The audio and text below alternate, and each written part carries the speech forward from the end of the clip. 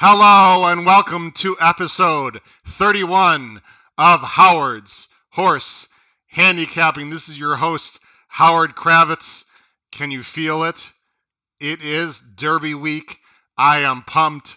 I am psyched. I hope you are too. I wish tomorrow was Friday for the Kentucky Oaks. What a fantastic week.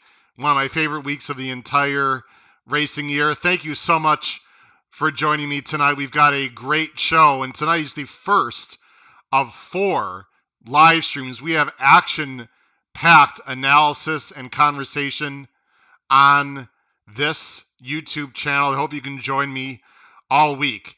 First thing you need to do, please make sure you subscribe on the right-hand corner there of the screen. And also, if you are watching live, thank you very much for watching.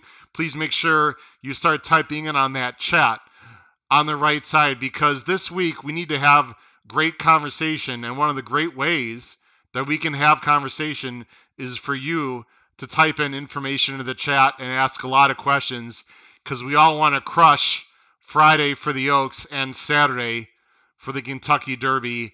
I cannot wait. We've got a lot of things I want to talk about.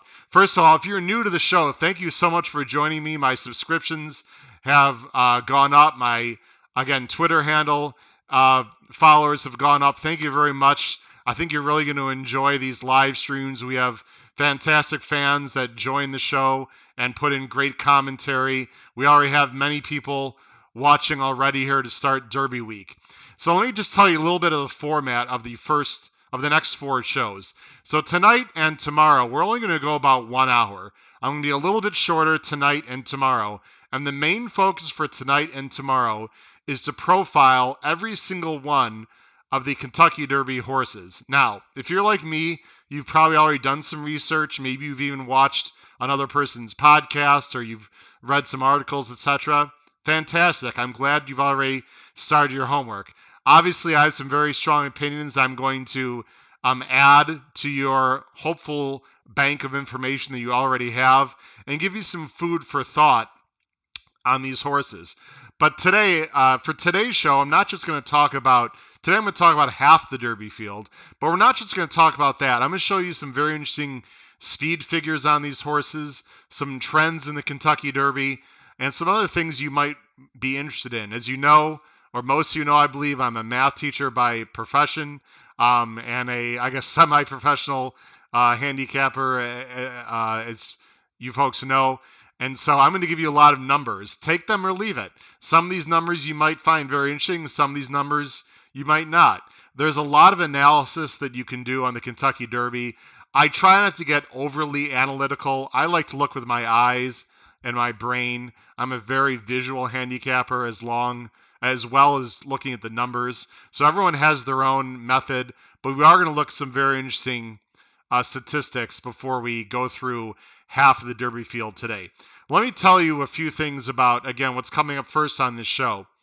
So again, here's a update on what's happening on the show. So tomorrow I have a family obligation and we need to start later. Again, I apologize for that. But tomorrow we will start at 9:30 Eastern Standard Time. I'm sure those of you on the East Coast will be up for that. It's only going to be about a 1 hour show. So we'll go about 9:30 to 10:30 on Tuesday. Then Wednesday and Thursday, it will be a full hour and a half, maybe even up to 2 hours. I'm planning close to 6 hours of coverage here on HHH. Wednesday and Thursday, we will start at the same time as we're starting now, 8 p.m. Eastern. Wednesday will be a preview of Kentucky Oaks Day. We'll talk about specific strategy for the Oaks, and also detail about the Lake Pick 5, including ABC and Caveman ticket construction. And I'm sure it'll be no surprise to any of you who have been following my show. I've already been working on the late Pick 5 as the past performance came out this afternoon. Then on Thursday, again, 8 p.m. Eastern, we will be doing a preview of Kentucky Derby Day. Detailed betting strategy on the Kentucky Derby itself. Also strategy about the 2-day $2 pick 6 for those of you interested in that. And also probably the most popular bet on the entire day, the 50-cent Lake Pick 5, including ABC and caveman ticket construction. So that's what we have coming up this week. I really hope you can join me every day this week. Also, as I talked about last week, I'm starting a race day blog. This is a free information I'll be giving you on the day of our featured race. Let me show you the slides so you can see what's going on there. Again, this is a free opportunity. We've already had many people sign up for the race day blog. It's going to start on Kentucky Oaks Day this Friday. And I have not checked all of my emails in order. So anyone out there, you still have an opportunity to win a $20 win bet on the Derby from me. This is not fake. This is real. I will contact you personally with a max prize of $200. All you have to do is email me, hkravitzhorse@gmail.com. If you want to be placed on the list for the Race Day blog, all you do is type in your name and Race Day blog. You also must be a subscriber to my YouTube channel. All these email addresses you send me, your email address is confidential. I'm not sending this out to anyone or any advertisers. You won't get any spam or anything because of me at all. Again, the race day blogs have updated information after scratches with upgrades and downgrades on horses that I talked about earlier in the week.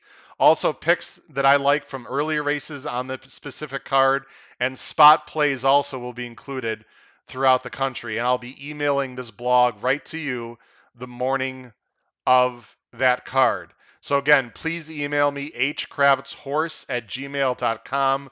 We already have many people have already sent me emails. I've purposely not gone through the list in order to see who the 20th person is yet.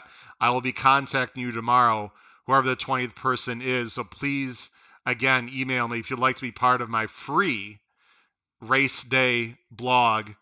I'm very excited about that. We have a lot of people, again, already on the show. You can start typing questions already because the focus, again, will be on Kentucky Derby horses. And so as we go through the horses, please start commenting in the chat there on the right side of the screen. Any opinions you have or especially questions you have on the Kentucky Derby horses. Now, if you watch this show as a replay, make sure down below you hit that thumbs up button, you subscribe, you hit the notification bell, but also please comment anything you like about the show, dislikes, agreements, disagreements. Please comment down below once this video, this live stream is produced on YouTube, which will be right after the show, probably by, I would say 8:30 Eastern, about 9:30 Eastern Standard Time. This show will already be up on YouTube ready to watch. So before we get into some horses, I don't know if anyone's been paying attention, but this weekend there were some absolute monsters that debuted, and I got to talk about it. Flightline for John Sadler yesterday at Santa Anita. Wow. 100 plus buyer, 108 and change, going 6 furlongs. This horse could be anything. Look out for a horse named Flightline later this season in the 3-year-old stake races because he was absolutely unbelievable yesterday. Another very good maiden won at Belmont Saturday race 1. The name of that horse is First Captain for Shug McGahee, who had a 90 plus buyer going 7 furlongs, was green and still won very impressive. You got these two horses. You got Life is Good going to be coming back eventually. You have other horses bypassing the Derby, pointing for the Preakness and Belmont. This 3-year-old class, as of this very moment, I would say is probably average. But when this year is said and done, I have a strange feeling this 3-year-old crop is going to be very, very good because of some horses that are lying in wait after this Kentucky Derby. Now, speaking of the Kentucky Derby, there has been some big news since the show last Thursday, as I'm sure everyone knows. The Kentucky Derby field is set. Churchill Downs has said there are no more alternates. So there's 20 horses in the race right now as we speak. If there are any defections, there will be less than 20 horses in this Derby field. And there have been a lot of changes. A lot of changes. It's almost hard to keep track what's going on the last few days. But as you know, a first person to join the chat, by the way, Daniel Speller. Daniel, thank you very much. He just asked a quick question that I'll respond to. Will you do gallop outs for the horses of the last Derby prep? So, Daniel, I'm going to talk about how to watch replays and etc. So I will get into your question. As you know, I am big on gallop outs, especially in certain circumstances. So Daniel, I will talk about that a little bit and the best way to watch replays for this show. But as you know, there's been some Kentucky Derby changes. The last horse that is in is Brooklyn Strong, who many of you out there liked in the Gotham. I was against him in the Gotham because of the long layoff. He didn't run great, but he is in for sure into the Derby as number 20. Get Her Number is out. Cattle River, who is a huge pace player in this race, is out. And an interesting thing about Cattle River is I sent out on Twitter when we found out over the weekend, how much do you think the pace of the race is affected by Cattle River? And 76% of the people that responded to my survey on Twitter thought with Cattle River being out, that is going to have a moderate to large effect on the Derby. And I'll just give my very quick opinion on Cattle River. If Cattle River was in the Derby, I think this Derby had a chance for a complete total pace meltdown, in my opinion. With Cattle River out of the Derby, I still think there's going to be plenty of speed in this race. There are a lot of horses that want the lead or up close to the lead. And Michael Baychuk, who is a extremely good contest player, put a interesting comment out on Twitter saying maybe because Cattle River is out, that 4 or 5 horses now think they can get to the lead, and the jockeys might be even more aggressive. So that's a very interesting take on the race. I'm not sure I agree completely, but listen, there's 20 horses. There's a lot of horses that want to be near the lead. I really think that the pace of this race is going to be very honest. So those were the changes mainly going to the Derby. Now, what I'm going to do tonight is I'm going to show you my opinions and the PPs of the bottom 10 Derby horses. Now, when I say bottom 10, what I'm talking about here is the highest odds currently, or approximate current odds, into the Derby. Now, don't just turn off this channel because some of these long shots, I think, have serious chances to be factors in this Derby for sure. Now, before we do that, I want to show you some very interesting stats that I found about the Derby. And bear with me because there's a lot of numbers that we're going to go through in a very short period of time. I see James Keogh. James, thank you very much for joining the show. He said, which Derby race, his question is, which Derby prep race do you think gives us the most information on picking the winner of the Derby? That's actually a great question, James. Thank you much for asking. I think probably, I'll just answer that question quickly. I would say the Louisiana Derby and the Santa Anita Derby, to me, are the two key prep races of this entire Derby. I know what some of you are saying. What about Essential Quality in the Bluegrass? I don't think we really learned much in that race. We knew Essential Quality was really good. We knew Highly Motivated was talented. That race didn't really tell me anything. But I think the Louisiana Derby and the Santa Anita Derby are the two most important preps that you have to follow. Paul Halloran. Paul, thanks for joining the show from Boston area. He talks about Brooklyn Strong a little bit, running a 9-4 buyer in the Remsen. And he said 10 horses in the Derby have never run a 94. And so, yes, he's a little bit biased to Brooklyn Strong. I'll tell you one thing about Brooklyn Strong, Paul. He's one of those name horses, right? People like you, maybe, no disrespect at all. People like you and others might be betting some horses bet off their name alone. Remember my boy Jack from about 4 years ago, who was a ridiculous 6-1 or 7-1, should have been 20-1 in that race. If you don't think names matter, they absolutely matter. We're going to get into that a little bit also. But let me show you this slide. I think you might find this interesting. So I've done a lot of research, obviously, for the race already. what you see here, and this, by the way, is not every single horse. I produced this a few days ago, so there's a few bottom horses that are not on here. But what you see on the left column there this is the top buyer that each of these horses has run. Then what you see is the top Brisnet number they've run, and also the top Timeform US number they've run. Now, there's a few things you need to make sure that you understand here. First of all, they might have earned these figs in a 1 mile race, a mile and 16th. So you have to, keep that in mind. That not keep me in mind, but keep that in mind. That you have to understand when these horses actually earned their figure. This is in order of buyer, so obviously it's in numeric order by buyer by the left-hand column.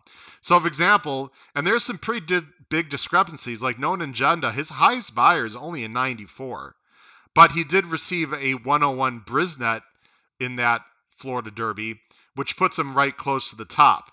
But his time form is only 113, which is really below a lot of the main contenders. So again, it depends on what speed figure you believe in, but I thought that that's a very interesting thing to look at because, again, every speed figure is a little bit different. Oops, sorry about that.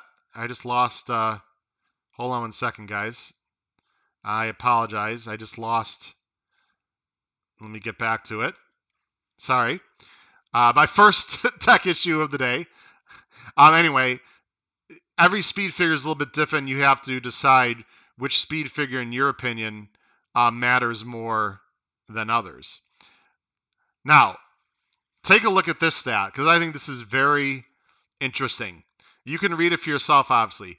Since 1992, almost 90% of Kentucky Derby winners have entered the race with a buyer of at least a 95. And it would have been 27 out of 29 if Maximus carried up and disqualified. So I would say that's a pretty strong trend. Again, that goes back, almost 30 years. Since 2000, in the last 21 years, 86% of Derby winners had a brisk speed rating of at least 100.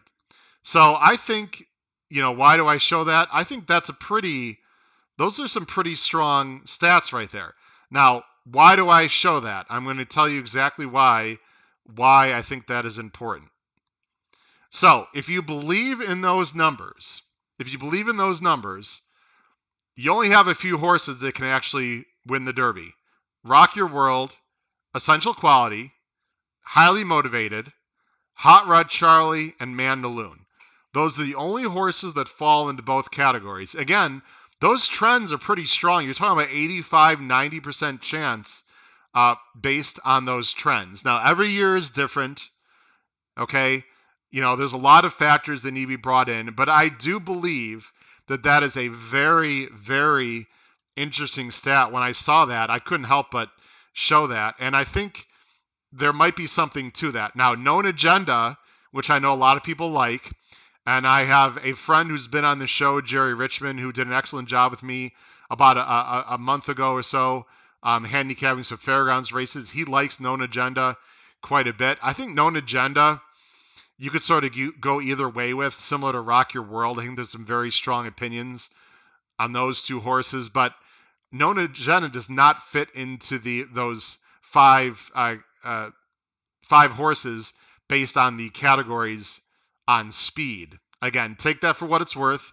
I just want to throw it out there and see what you think. We have a lot of people joining the show. C Money, thanks for joining me. We have Favera Funny Farm, a new, I'm sorry I don't know your actual name, but Funny Farm has joined the show. He's a new subscriber to the show. Thank you very much. He said he has one important factor, Funny Farm, that the winning Derby horse always has a 100 buyer figure win in a grade 1 race. That's a very interesting stat. Khan from Las Vegas. Khan, thanks for joining. He's got a cold exacta. Maybe he's a fan of Dave Weaver on TVG. He's got an ice cold exacta. Rock Your World over Soup and Sandwich. Wow. Khan, Soup and Sandwich is not going to be 40-1, even though I think he should be about 50-1. I bet he's going to be, I don't know, 20-1 just because of his name. And we have M Guitar. I don't recall seeing you before. Thank you very much for joining the chat. He likes Tyler Gaffalione in this race to win the Derby. There's a lot of fantastic jockeys in this race. So I thought showing those numbers would be pretty interesting for you. Again, take them for what it's worth. All right, so now, ladies and gentlemen, we are going to, just as I get it set up here, just give me a moment. We're going to get into the Kentucky, the past performances and the Kentucky Derby contenders as I set up my screen here ready to show what I like here. If you just give me just 1 second, we'll get right into the past performances. At least I hope we will. There we go. All right, we are about ready to show the past performances. Now, again, oh, by the way, let me just get back to the question about replays. So, a great idea here. I'm not going to be showing a lot of replays today and tomorrow. For the last 3 months, I've been showing replays, a great resource for you to answer a question from earlier in the show. That was Daniel. To answer Daniel's question, what you should do, Daniel, is go to my YouTube channel. And a lot of you might be on it right now, obviously. But go to the underneath the YouTube channel. I have a full section. All my videos are sectioned out. And I have a section of weekend recaps. Okay? The logo for all the weekend recaps looks just like this, this Howard's Horse handicapping picture. So find all my weekend recaps. And all you have to do, folks, it's a great resource. I mean, I have a library already of not only replays, but my opinions of these races. So go down to the weekend recaps right below the video player. Look for this icon here, and there's dates on them. There's episode numbers, and you can see, for example, you want to look up the Santa Anita Derby, go to my Santa Anita Derby recap show, and not only do you watch the replay, but you can hear my detailed analysis of that race. So today and tomorrow, we're not going to be watching a lot of replays. There's many ways that you can watch replays. Otherwise, the show would last for 3 hours. And I don't want to do that to you. So our main focus will be watching at PPs. Daniel, I hope hope that answers your question. So we're going to jump right in. I'm going to talk about 5 minutes on each horse. And please, on the chat there, on the right side of the screen, I'd love to hear your opinions on these horses, whether you agree with me, disagree, either way, that's fine.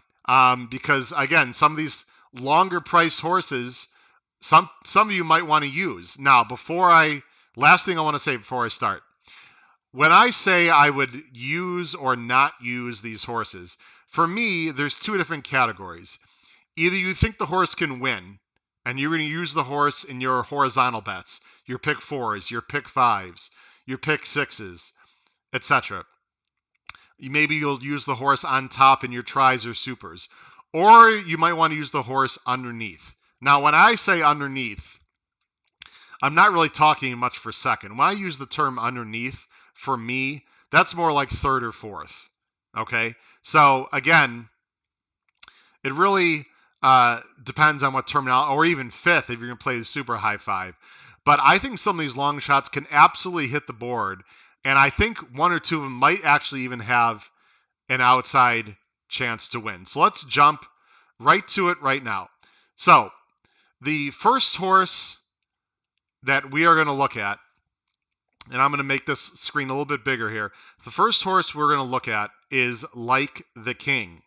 Again, I'm not going in any particular order, just so you folks know at home. We already have a record number of people watching tonight. Thank you so much. If you have a friend that loves horse racing, get them on the phone right now. Say, check out this YouTube channel. This is a great live stream with wonderful information. Or at the very least, email or talk to someone after the show and have them watch the replay.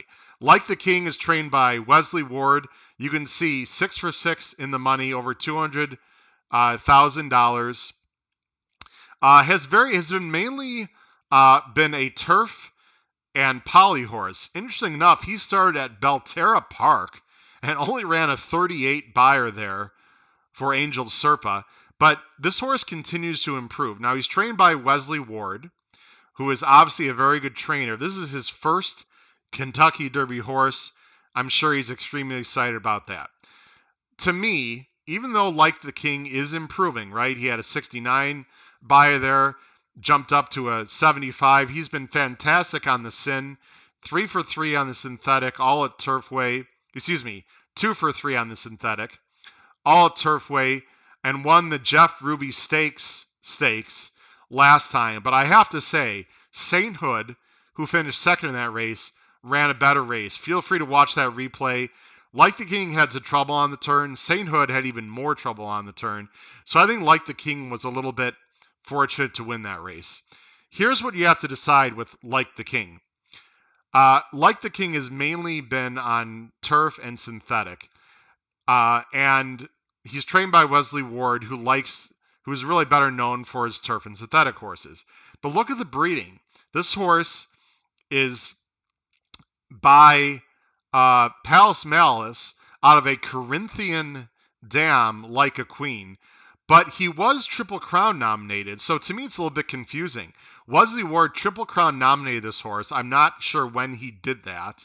So I guess he figured this horse can run on dirt all along, but he's campaigned this horse on turf and sin.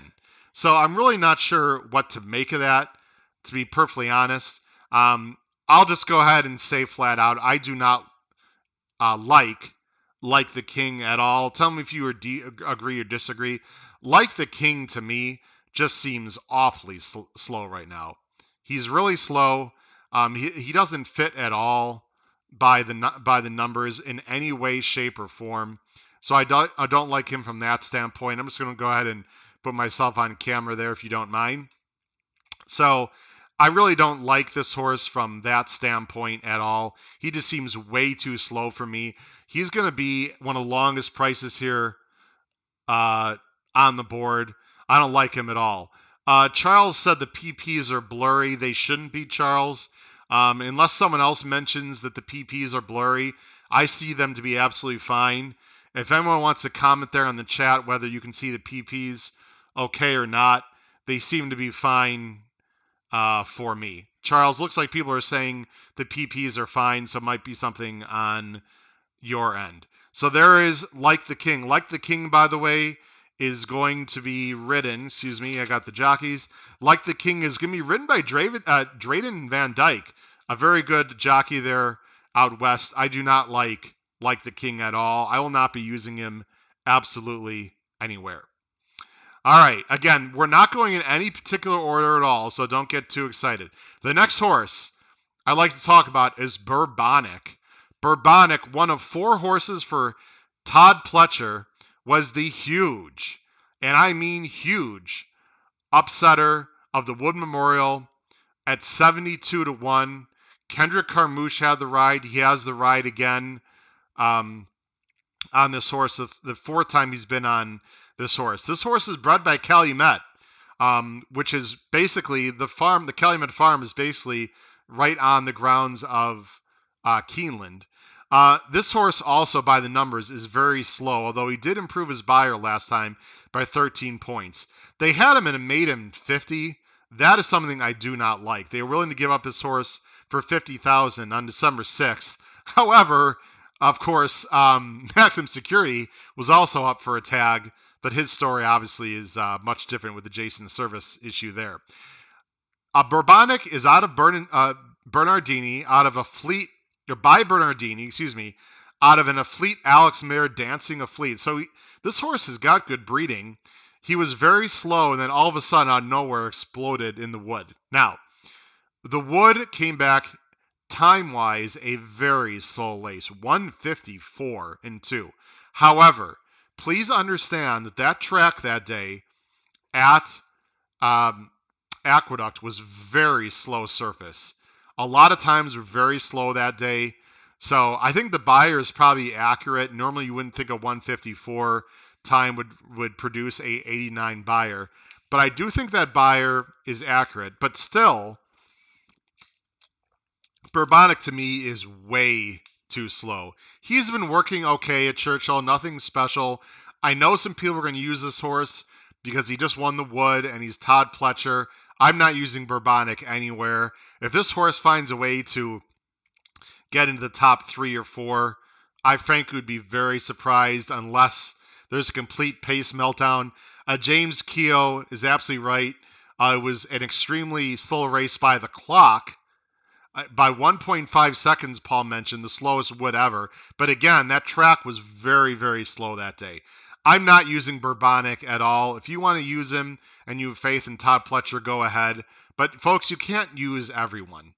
Okay? And I'm just going to put myself back on camera here for a second because I want to make a point that I think is worth mentioning here.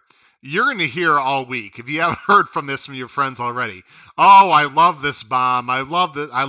Listen, unless you have an unlimited bankroll where your pockets just go on forever, or you're planning to put together a syndicate of like 10 to 15 people and bet tickets worth thousands of dollars, okay, you can't use everyone.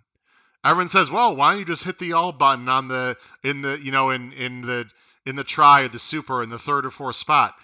There's 20 horses in this race right now. Okay, using the all button, the difference between going 10 deep and 20 deep, for example, at the bottom of your ticket, you're doubling your ticket. That is a huge amount. Folks, you have to take stands in the Kentucky Derby.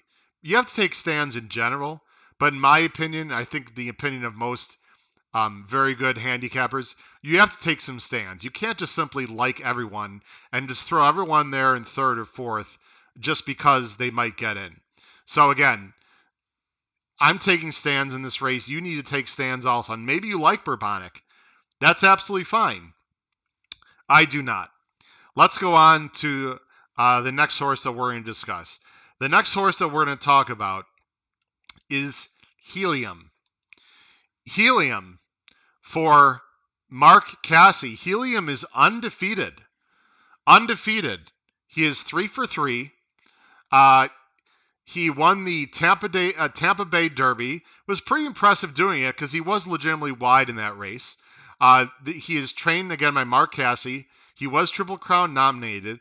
He started his first 2 races on Poly. Again, there's a few horses in this race that started their career on turf or Poly, which is very unusual. But again, let me go ahead and talk about something that's probably not talked enough before I get into Helium. Let's talk about the Churchill Downs Racing Service. Now, remember, this surface is kind to turf horses. All right, I can go back throughout the years. There are many horses that are more turf meant that have run well on this surface. I showed last week when I showed Tiz Now winning the Breeders' Cup in 2000. He beat Giants Causeway, who was all turf in Europe. You have Kentucky Derby winners. Animal Kingdom was a turf horse, right? Supposedly. Barbaro had run on turf and had very high knee action. The dirt surface at Churchill is not very deep. So their hooves don't go too far into the ground as compared to, for example, Santa Anita, which is a very heavy dirt course. So they tend to skip over the ground at Churchill. I would not be completely against horses that seem more poly or turf meant. But that being said, they still need to be fast enough. Okay? Helium right now is very slow. He ran 2 races in the mid-70s, winning a maiden and winning nicely the display, which is for 2-year-olds in the fall at Woodbine. And he won the Tampa Bay Derby pretty well again. But who did he face? The Tampa Bay Derby has come back very weak. Now, Hidden Stash, who finished second in that race, is running in the Derby, but he seems awfully slow. Again, this horse is bred. He's by Ironicus, which was a very good turf horse, out of a Thunder Gulch mare, Thundering Amelia. So he does have dirt breeding on the dam side, but the male side is mainly turf. But again, I just think this horse is way too slow. I do not like Helium at all. I'm completely against this horse. This is another horse that I am not using anywhere in my trifecta. I don't know if I'm playing a super or not. I haven't decided yet. And by the way, if those of you like the superfecta, it has gone back up to a $1 increment, the superfecta this year. So that may or may not influence your opinion on whether you want to play the super. My focus will mainly, in terms of vertically, I'm going to be focusing in the trifecta mainly. I'm not using helium anywhere at all. Let's go on to the next horse. The next horse I want to talk about is Dynamic One. Dynamic One, another horse, and let me make this a little bit bigger here. Dynamic One, another horse for Todd Pletcher. This horse finished second to Bourbonic in the Wood Memorial. This horse is by Union Rag, so distance and dirt not a problem. Out of a smart strike mare, beat the drums, bred by the Phipps, owned by the Repulse Stale. So very good connections. This horse cost $725,000. So they've always felt very highly of this horse. His first win, he stretched out at Gulfstream in his second start and almost beat Greatest Honor. You see Greatest Honor right there, who had a very nice campaign in Florida this winter. So he was right there to Dynamic One, getting sort of a shaky trip. It took him a few starts to break his maiden. He finally broke his maiden very well at Aqueduct and then ran a big race, 4 wide and 3 wide, and made the first run into the stretch and had the lead until Bourbonic ran him down. I think this horse is a little bit interesting. He's bred to go long. He's been working very well. He's, again, Pletcher trains this horse. Dynamic One is, I'm trying to look at who is going to be ridden by Jose Ortiz. Jose Ortiz gets the mount on Dynamic One, and he was wide. So let me give you my opinion. Of all these horses here that we're going to be looking at today, I believe Dynamic One is not impossible underneath. I'd be absolutely shocked if he wins. I'd be shocked if he runs second. I am putting Dynamic One in for third into my try because I like the breeding. I like the improvement. I know he was involved in a very slow race at Aqueduct. However, I love Jose Ortiz, and I just think this horse has upside. He had a big price tag, and if the pace develops like I should, I think he's going to make a big run at the end. He's going to be a good price.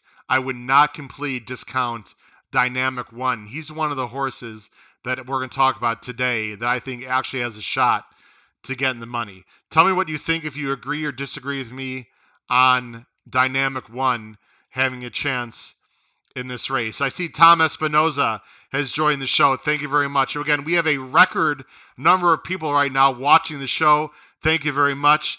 Dave Piscopo said that he ran much further than Bourbonic. I'm assuming he's talking about Dynamic One. I agree with you. Again, tell me your opinions on Dynamic One. Funny Farm said he's going to finish in 14th place. Very possible, Funny Farm. Very possible. I don't love this horse, but I do think of all the big prices, he's one that I'm interested in just a bit. All right, let's move on. Another Pletcher, Sainthood. Sainthood for Todd Pletcher. This horse is 3 for 3 in the money.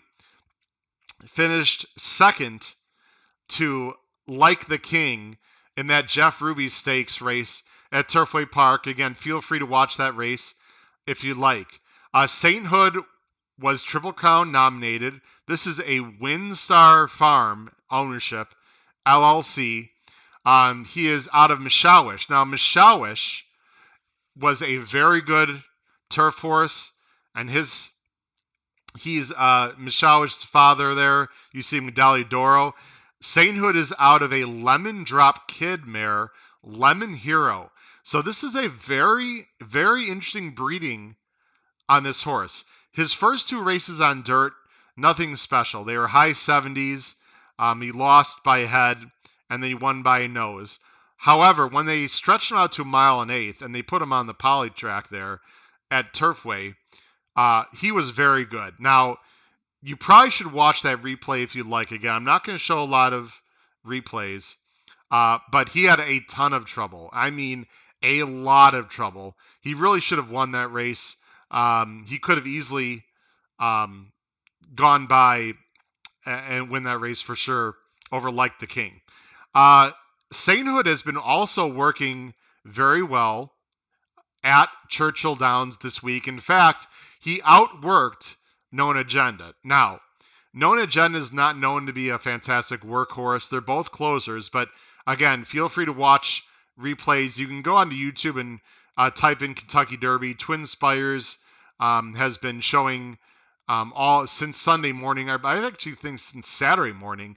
They've been showing live at 7 p.m. Eastern Standard Time. They've been showing live workouts at Churchill Downs. Excuse me. And Sainthood has been outworking Known Agenda. I'm not sure what to make of Sainthood. I have a few friends that I respect that think Sainthood could get in the try. I'm not so sure. It's going to depend to me on how much more money I really want to spend. I wouldn't completely dismiss him because of the breeding, but again, he is very slow right now. He's going to have to get a lot faster. However, I am interested because of the connections. Again, you need to make a decision on Sainthood. The next runner we're going to look at, Hidden Stash. We've already mentioned him. Hidden Stash, trained by Vicky Oliver.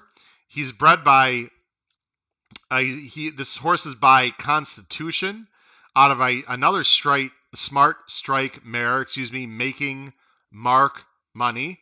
5 for 7 in the money. I don't want to spend a lot of time on this horse. Hidden Stash is slow.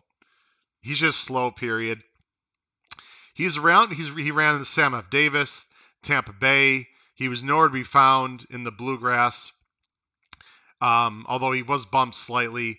The best buyer, he's running 83. I'd rather spend time tonight talking about other horses.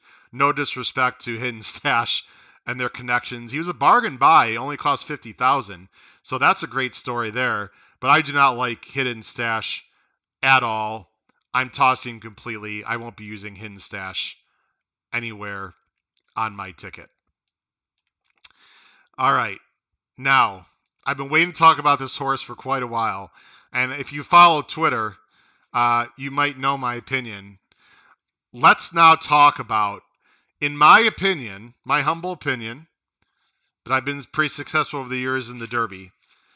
In my opinion, Obesos is by far, and I mean by far, the most interesting long shot I'll be talking about today. I really like Obesos in this race. And when I say I really like him, I will be using Obesos a little bit on the win end in my tries, and I'll be using Obesos either as a B or a C horse in my ABC pick 4s and 5s. The $2 pick 6, I'm not sure how I'm going to be using Obesos yet. Again, after I go through Obesos, tell me what you think. There are a lot of reasons why I like Obesos, so please give me a moment to talk about Obesos. First of all, Obesos is trained by Greg Foley. Greg Foley has had some horses in the Derby, so he knows how to train a Derby horse. He is sired by Orb, and I talked about this, and I'm just going to throw a little shot. I'm going to put myself back on full screen here. If you enjoy watching the Matt Bernier show on the In the Money Media podcast, we were all supposed to, if you wanted to, you could submit a video. I don't know. I did submit a video. I don't know if the show is up yet or it might be coming up tomorrow. Hopefully my video will be on there, but I talked about Obesos. And on my video, I talked about a trivia question. Are you ready? Trivia question for all you folks out there, but I bet you know the answer to this question. Who is the only horse in this year's Kentucky Derby that is sired by a Kentucky Derby winner? Where's the Jeopardy music? Don't worry about it. I won't be long. It's Obesos, sired by Orb, who I had the chance to meet and greet and pet when I went to Claiborne Farms. By the way, that's not why I like Obesos. I like a lot of things about the horse other than the breeding. but I was able to meet Orb. He's still making babies and doing well there, enjoying his retirement and his breeding career there at Claiborne Farms. But again, Obesus, the only horse in this race bred by sired by a Kentucky Derby winner. I thought that was sort of a interesting statistic. So Obesos started his career going 6.5 and 5.5. And to win going 5, by the way, you want to watch a race, watch the December 20th Fairgrounds race. You have to have a Twin Spires account, or I think you can, if you have a Naira account, I think you can watch races. It's not easy to find replays with the Churchill Downs Incorporated tracks, but it is not easy. Look where he was at the midway through the race. He was back. He was 12 back, going 5.5 at Fairgrounds. They won by 5. He made up 17 lengths. 17 lengths in the final, 2 furlongs. I don't care who you're facing. That is unbelievable. He improved. He went 6 furlongs, won again. Now, when they stretched him out, by the way, on the dam side, he is out of a Soto mare, Snugs and Kisses. Soto actually won the West Virginia Derby 2 turns. Snugs and Kisses was also a 2-turn horse, mainly turf. So this horse has some sneaky breeding. Now, the Risen Star race. Again, if you want to watch the Risen Star race or the Louisiana Derby race, please go down below. I'm putting my, you can see me hopefully in the top left corner of the screen. Go down below the video player when this show is over and look up my weekend recap of the Risen Star and or Louisiana Derby, and you can see the replays of those races. Both of those races were relatively merry-go-round races. There was not a lot of closing going on. Mandaloon won the Risen Star. He was just sitting off the pace. Hot Rod Charlie won the Louisiana Derby, and Midnight Bourbon, who finished second. They went 1-2 around the track. And what you really want to check out is Louisiana Derby, because although he did get a good trip, Obesos, he was on the inside. He made up a lot of ground in a race that was not particularly fast up front. He galloped out well. He only lost by 2 lengths, and he received a 96 buyer.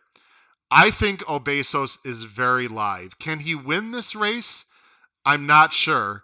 But I think if the pace develops, obviously he's going to need some luck. Listen, all these closers, and there are a lot of closers on this list today, need some luck to get into the money or even have a chance to win this race. But I think Obesos has a very good turn of foot. He's been involved in 2 races. Again, I'm going to put myself back just for emphasis here. He's been involved in 2 slower paced races up front, and that's a huge angle. Jonathan Kinchin, who I have a lot of respect for, I think he's an excellent handicapper. Most of you know him from the Fox shows and his new shirt line that he's got. He talks often about, and it's something I've picked up over the years also, he's talked a lot about horses that are closing well into slow-paced races. Obesos absolutely fits that category. I mean, the last 2 races that he run were not like clunk up 4ths and 3rds where the pace just collapsed and he clunked up. He was coming with fast fractions into relatively slow races. Again, I don't know if Obesos can win the race, but I think he's very interesting underneath. Marcelino Pedrosa is riding him. If you're not familiar with him, he's an experienced jockey. He's a young jockey, but he's an experienced jockey.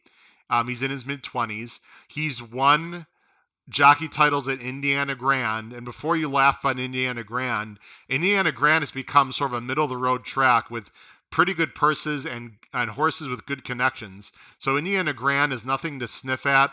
It's going to be his first Derby.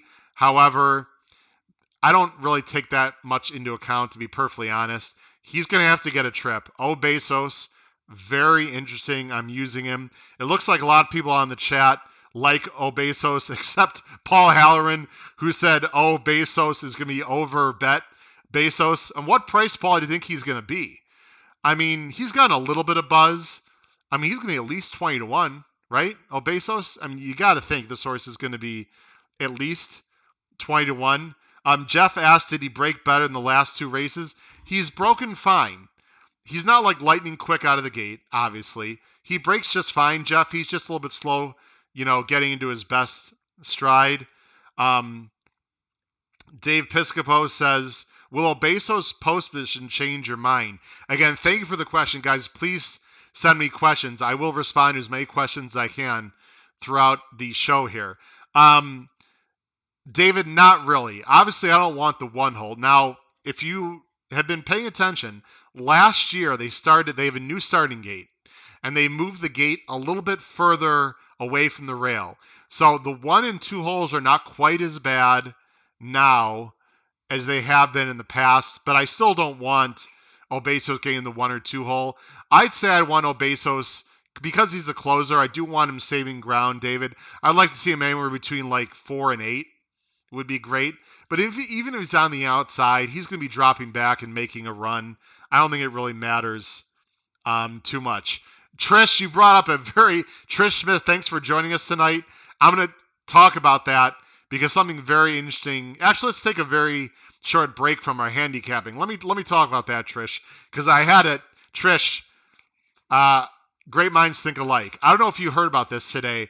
I just saw it today, folks. I don't know when this came out, but something very interesting happened today. Jim McIngvale, if you don't know who that is, Mattress Mac, right? You probably know that name from Texas, right? He's used to own, or I think he still owns part of Run Happy. Everyone knows Mattress Mac. Mattress Mac put a promotion out for his business that he was going to refund if the Kentucky Derby favorite won the race. He was going to refund anyone who bought a mattress of under $3,000 or less. I'm not making this up. You can look up the article. It's out there. This is absolute truth. And he said, I think it was today, there's an article, Mattress Mac is going to put a $2 million win bet. That's right. $2 million win bet on Essential Quality, basically to hedge or as insurance on his business proposition that he put out there for people that bought beds. It's really interesting story. So I'm sure they did some calculations and figured out about $2 million would cover it. Now, how much is a $2 million win bet going to affect Essential Quality? I saw that there was about $40 million. That's right, about $40 million in the win pool last year. Although you got to figure this year, with the pandemic improving, there'll be more money out there.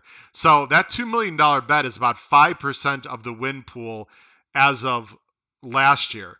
So my guess, and this is complete speculation on my part, that assuming that bet goes through, which all indications is that bet is going to go through, that Essential Quality, instead of being 5-2, 3-1, will be more like, I'd say 8-5. Again, if you agree or disagree, throw that number out there. Again, it's using my math brain and speculation. His odds are going to go down. He's not going to be like 3-5 or anything silly. But I would say the odds on Essential Quality with that $2 million win bet is going to be down to like 7-5, 8-5. But what that also means is that all the other horses' odds are going up. So if you are interested in some of these other horses, thank you, Mattress Mac, because your win bet dollars just went up. Now, in the verticals, it'll mean absolutely nothing. Or excuse me, in the horizontals, it'll mean absolutely nothing. Pick 4s, pick 5s. I don't think that's going to have any effect. Obviously, this is a $2 million bet in the win pool. This is not an opinion. This is a fact. It will have no influence on the pick 4s or pick 5s from a pure money standpoint. If you think that's going to influence people to bet more on Essential Quality in their horizontals or verticals, I don't think so. It's hard to say, but obviously that is going to affect the prices of all the other horses. That's very interesting. Dollars. C Money says he's going to put his $2 million on Rock Your World. C Money, why don't you go ahead and just spread some of that money around for everyone? But good luck in that $2 million win bet on Rock Your World. Also, before I get into the last few horses, I want to talk the weather. Funny Farm mentioned. So the weather's going to be fantastic there all week. It's actually going to be warm and sunny the next few days, except Thursday. Thursday, there's like a 90% chance of rain, and it's going to be pretty steady rain. I don't think it's going to be anything torrential, but they're supposed to get maybe up to an inch of rain on Thursday. But it's going to be dry and cool Friday and Saturday. So it's going to be fast for sure, dirt Friday and Saturday. The turf, Friday is going to be more like good to yielding. I'm just guessing. And I'd say Saturday be more on the good side, but it's not. It is, in something, unless something strange happens on Thursday, it is not going to be fast and firm turf, which I always prefer, but we'll know the dirt is going to be fast for sure. Let's go back to our horses here. Again, Obesos, I think very, very interesting for the Derby for all the reasons that I mentioned. Getter number is out of the Derby. King Fury. King Fury ran a big race off a long layoff there in the Lexington 3 weeks ago. Won the race at 18-1, got a very, very respectable buyer of 95. He was well meant last year as a 2-year-old for Ken McPeak, but really didn't live up to his, I don't know about expectations. He did win the Street Sense, which was a restricted $100,000 K race at Churchill. So he does like Churchill. He's 2 for 3 at Churchill. That is worth mentioning. But he was disappointing against Keep Me in Mind in his last race in the Kentucky Jockey Club. But he ran a monster race. I did not like him at all in the Lexington, to be honest. He ran a big race. Now, is he improving? Obviously. Was it the slop that moved him up? Or is he just a completely different horse? He was purchased for $950,000. This was a very expensive buy. And look at the breeding. Curlin out of a very, very, very talented flatter mare named Taurus. Now, Taurus was an absolute monster, going 7 furlongs, a mile, did run in a mile 16th. She had a short career. I think she got injured, unfortunately, and had to be retired. But Taurus was a very fast animal going at shorter distances in this Derby. This breeding is very interesting. The owners are Fern Cycle Stables and Three Chimney, which is McPeak's main clients. I would not completely discount King Fury. This is a pretty quick turnaround off of a big buyer top, but you could do worse with King Fury underneath. I don't think this horse has any chance to win at all. But again, if this horse closes into a fast pace and finishes 3rd or 4th, it would not shock me at all. I am using King Fury underneath in my trifecta to possibly clunk up and get in the money here, and the Derby would not completely shock me at all. Tell me what you think of King Fury.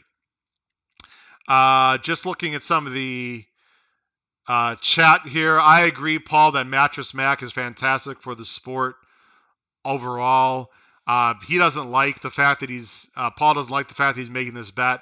Paul, I tend to agree with you. I don't like the fact that he could have a massive effect on the price of one horse and some others. It seems a little bit like he's doing it just for publicity. I'm not sure I'm a big fan of this particular bet that he's making, but I guess he will be getting plenty of attention, that's for sure. Keep Me in Mind. By the way, King Fury, I didn't mention. King Fury is going to be ridden by by Brian Hernandez. Brian Hernandez is on King Fury. I also didn't mention Sainthood is going to be ridden by Corey Lannery, and Hidden Stash, is going to be ridden by Rafael Bejarano. Sorry, I did not give you some of the jockeys. Helium is going to be ridden by Julian Leperoux. Keep Me in Mind is going to be ridden by David Cohen. I know some people like Keep Me in Mind earlier this year. I don't like Keep Me in Mind at all. He has not run nearly close to his 2-year-old figures. I really don't know what's going on with Keep Me in Mind. He is a closer, but don't you think there's just better closers in this race?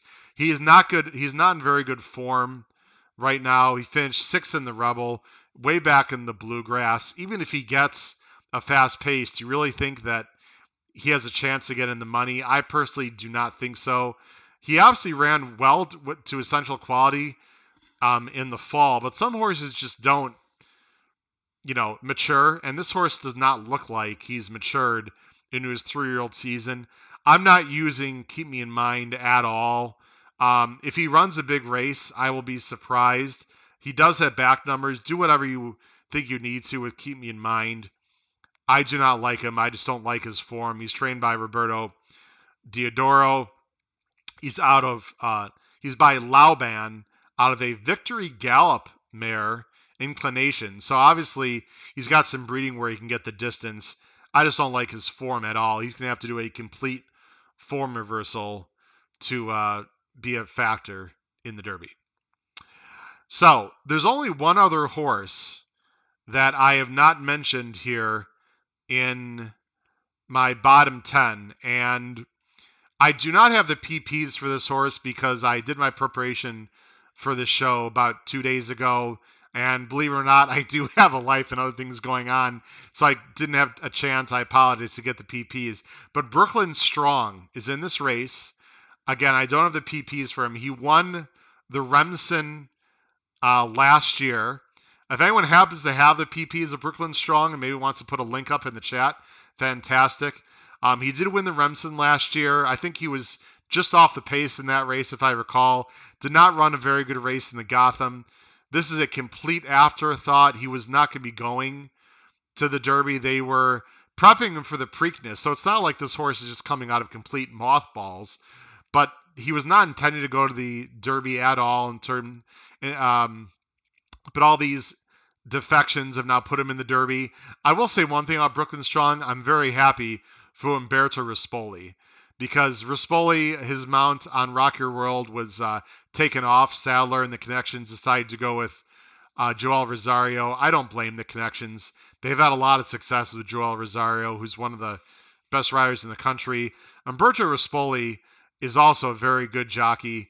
But the Connections felt much better with Rosario. I've got no issue there, really. It's the way the horse racing game is played. But I'm very happy for Umberto Rispoli, who's going to get the ride on Brooklyn Strong. I don't think this horse has any chance whatsoever. He's going to be a huge price. I'm not using Brooklyn Strong at all. So there is your recap of the bottom. I'm just checking to make sure I've not missed anyone, and I have not. So let me just tell you in general what I think about these bottom 10. In order, my opinion, Obesos, by far the most interesting big long shot in this Derby. I don't even think the pace has to be like super fast. I mean, he's already closed well into moderate fractions, but I think he's going to get a fast pace. He obviously is going to need a lot of racing luck. He's going to need the trip. He's going to need a great ride. But I think Obesos, of all the horses we mentioned today, to me, is the most likely horse to be somewhere in the money. I think after that, I'd probably go Dynamic One as the horse I'm next interested in the most because of the connections, the breeding. I think he's improving. I know people are going to say, why don't you like Bourbonic then more than Dynamic One? I thought Dynamic One ran a better race. He was wider. He made a move earlier. I just have a feeling that Dynamic One is going to run a better race. I'm really not interested in anyone else in this race. Maybe Sainthood, maybe, but probably not. Those are my opinions of the bottom 10 horses. Again, you need to have an opinion. You need to have an opinion on what you want to do with these horses. Just to wrap up the show for tonight, I'll be happy to take any questions. Again, we've got over 50 people live watching the show right now. Thank you very much. Please make sure you subscribe if you're new to the show. Comment on the chat. Comment down below the video player once this show is over about anything you like. I'm just going to go ahead and read some of your opinions. Please go ahead and type in the chat. C Money mentioned Rosario is riding the best of anyone right now. You know, sometimes he has these kind of like scratch your head rides, like what is he doing? But if you can tell me a better finisher in the country on the dirt than Joel Rosario, I'd like to know. Because this guy finishes unbelievably.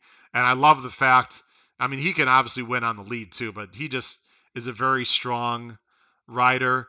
Um, Jim mentioned King Fury. Sorry, I didn't mention King Fury. King Fury, maybe. I put him in the same like dynamic one category for me. He's like a maybe can get in there, maybe not. It's just tough to come back, Jim, off of 3 weeks and a huge race. And maybe it was the slop. I mean, I'm not really sure.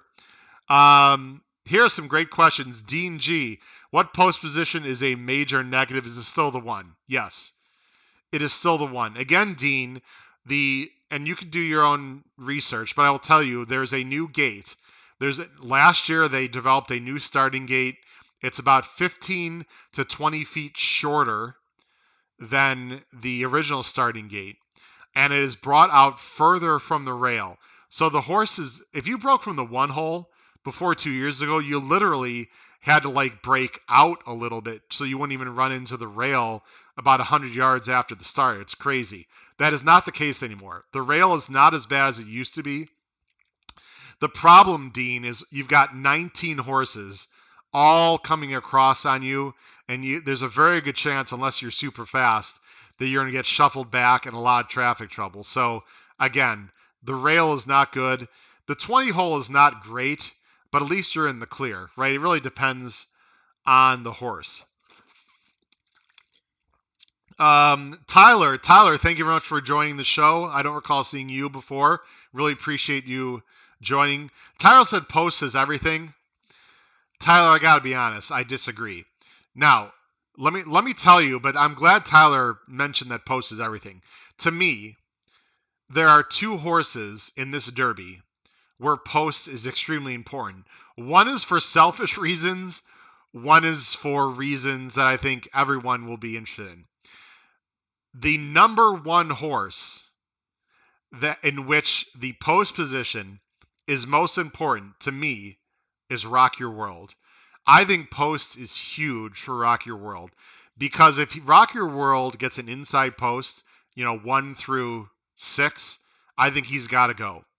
I think he absolutely has to go. And Rock Your World, which I'll talk more about Rock Your World tomorrow, has shown not to be super, super quick as his first step out of the gate. He is very talented. He can absolutely win this Derby. But in 2 of his 3 starts, he hasn't stumbled out of the gate, but he just hasn't. His first step has not been like super explosive. So, and I also am not sure if Rock Your World has taken dirt before. If Rock Your World gets an outside post, I think the pace potentially could be a bit slower. Again, it's not just because of him, but he won't have to gun, is what I'm saying. And I think if he gets an outer post, Rock Your World becomes much more dangerous. If he gets an inside post, Rock Your World's going to have to go, in my opinion. And also, he'll be a little bit susceptible to getting in some trouble with traffic and whatnot. The other horse, and this is very selfish, and I'll talk more about the show this week. In the trifecta, I'm a big trifecta player in this race only. I like to key one horse.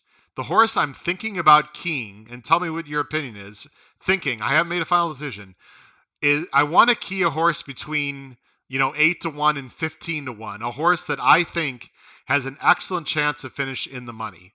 And right now, I think a horse that has a great, great chance to finish in the money that does not have a lot of weaknesses, are we ready?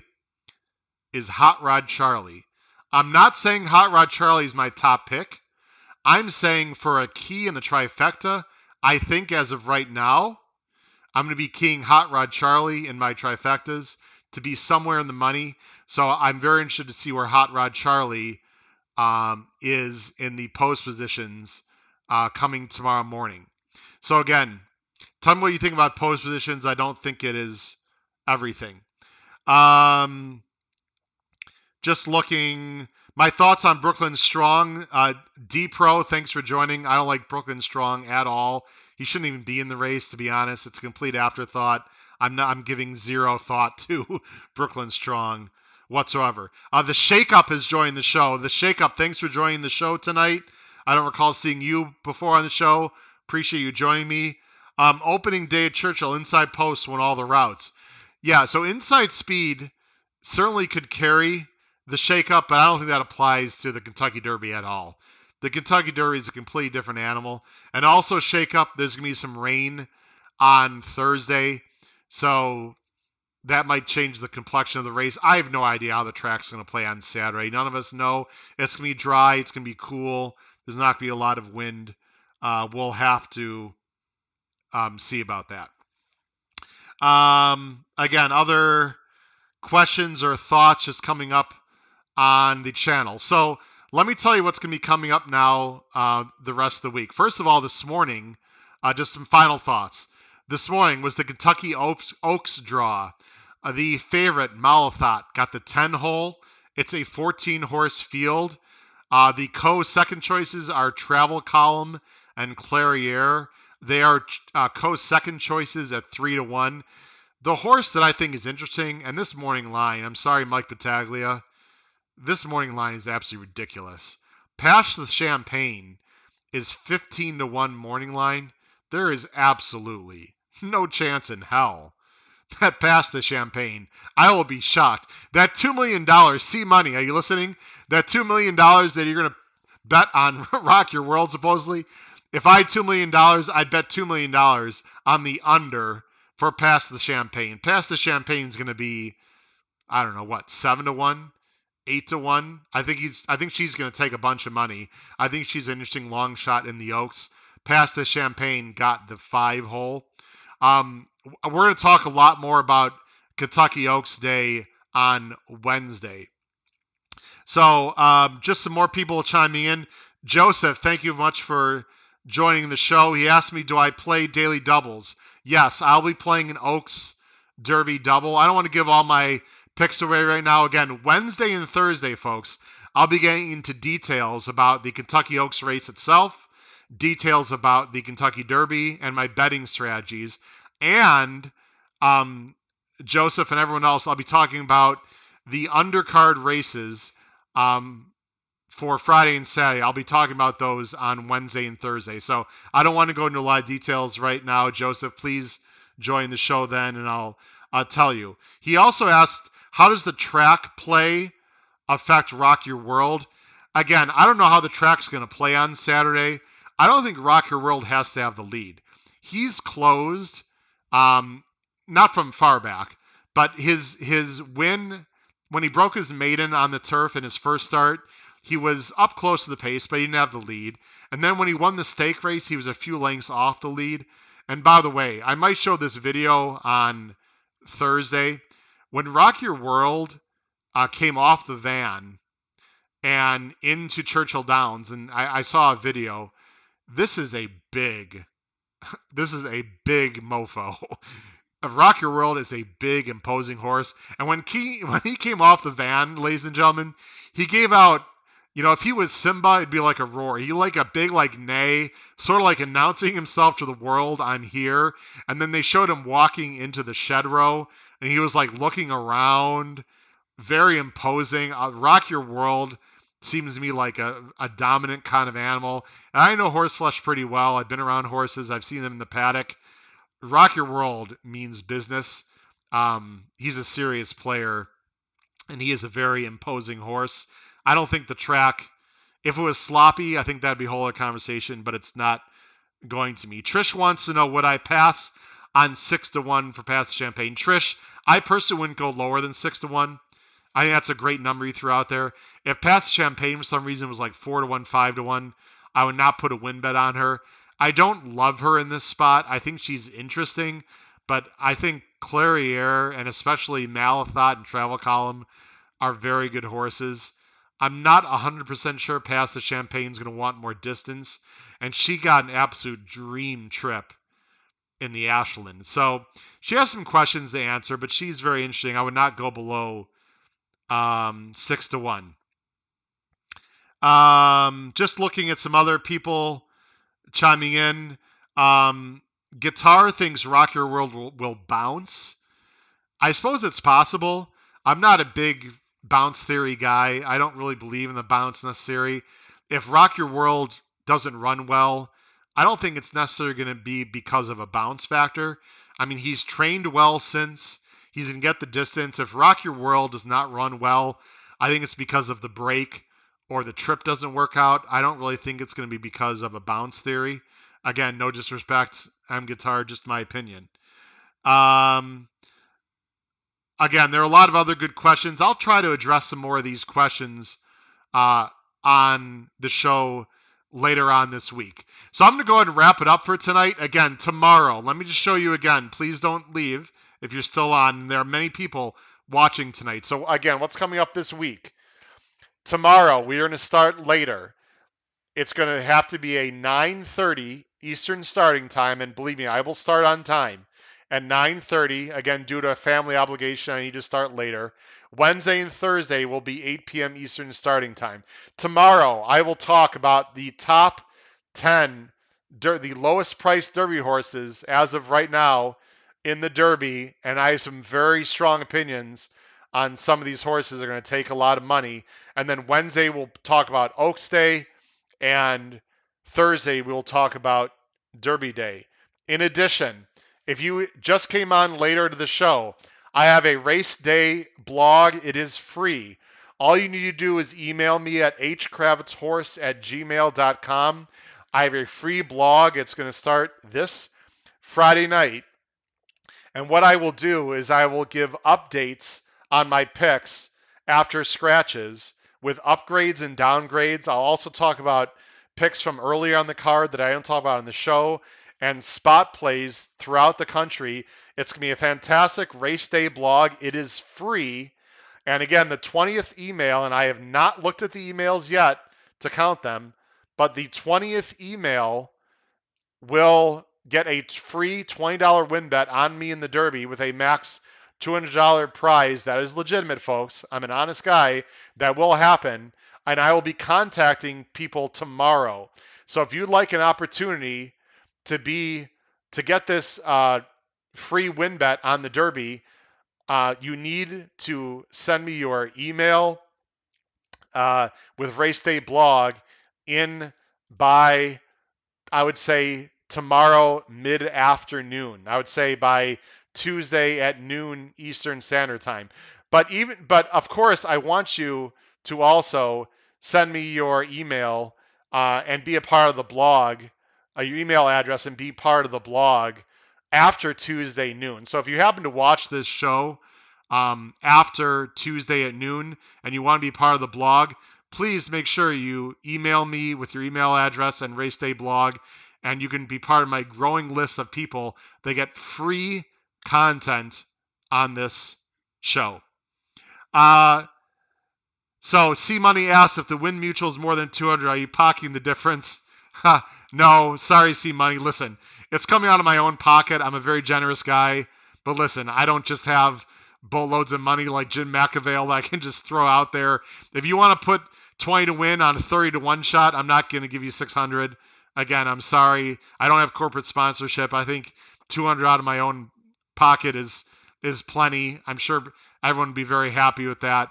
So hopefully, C Money, you'll be one of those that 20th person. If you've already emailed me, but no, the maximum is going to be a $200 win just on me. So, folks, again, thank you so much for watching the show tonight. I really appreciated all your comments, your questions. Again, please make sure you subscribe. I hope to see you tomorrow night, 9:30 Eastern Standard Time. I'm going to talk about the top 10 horses by odds right now, the lowest priced odds, the 10 likely favorites in tomorrow's Kentucky Derby. And then please join me Wednesday and Thursday night.